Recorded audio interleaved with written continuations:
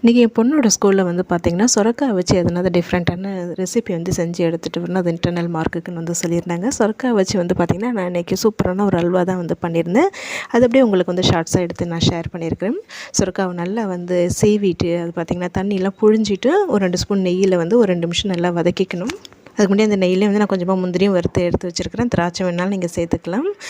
இது சொரக்காய் நல்லா வந்து வதங்கினதுக்கப்புறமா அதில் ஒரு கிளாஸ் வந்து பால் சேர்த்து இது நல்லா வந்து வேக வச்சுக்கலாங்க. இது சீக்கிரமாக வந்து வெந்துடும்.